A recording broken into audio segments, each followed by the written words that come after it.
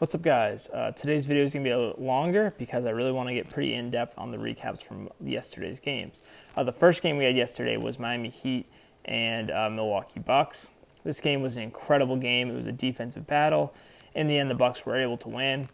I think a big reason why was the supporting cast of the Bucks. Like I mentioned, I think Khris Middleton was great yesterday. Jrue Holiday showed why he is a significant upgrade from Eric Gordon. And we saw last night that Giannis doesn't have to take the last shot. Giannis was great. I believe he had 26 points and 18 boards. But you had Khris Middleton, he had, I believe, 29, 6, and 6. So huge games out of them.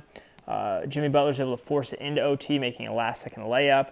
And then in OT, Goran Dragic was able to tie it up with a 3 with 5 seconds remaining. Then Khris Middleton came down and was able to hit a mid-range jumper to seal the win. That was obviously huge. I think one big thing to really look at this game is Jimmy Butler shot really poorly. Now, I think that's honestly good news for the Heat because I don't think he's going to shoot 4 for 22 very often.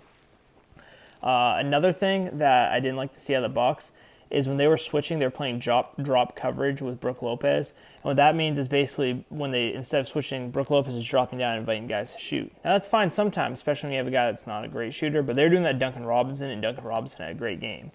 So that's really concerning going forward in that game. The next game we had was, I believe, this was the Mavericks versus the Clippers. So Mavs-Clippers, the story of the game was they just can't stop Luka. Luka looked incredible. The supporting cast was very good, which I don't know if it's going to be a hold-up in a 7-game series. The Mavericks supporting cast is going to be able to compete with what the Clippers have. But if Luka keeps doing what he's doing and they get production out of guys like Josh Richardson or Tim Hardaway Jr., or even if Kristaps shows up because he had a really poor showing, I do think they have a decent chance to win this. But I would hope the Clippers would make some adjustments because Luka's killed them for 2 straight postseasons now.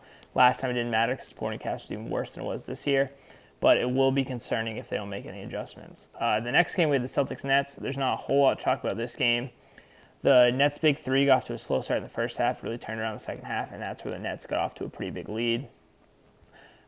Poor shooting night from Tatum. I don't think that's going to continue, but at the same time, I don't think the poor shooting half, like we saw with the Nets' big 3, is going to happen very often either.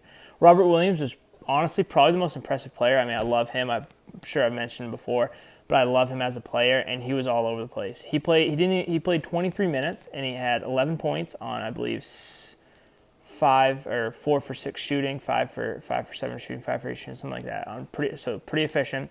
He was also able to grab 9 boards and had 9 blocks in 23 minutes. So that was just crazy. He was very impressive. But like I said, I don't think this game's going longer than 5. But it could even go 4 if they keep this up because Tatum's going to need to show out because there lots riding on him and Kemba, who also had a poor performance.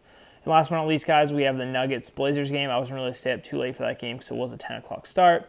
But what we saw of that was the Blazers pretty much couldn't miss. They had a big night from a lot of their guys, even off the bench. McCollum and Dame did their thing.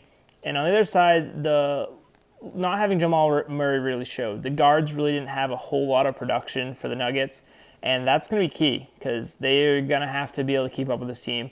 Portland is an incredible offensive team, so if they don't have the firepower to win, firepower to compete with that, they're not going to win the series.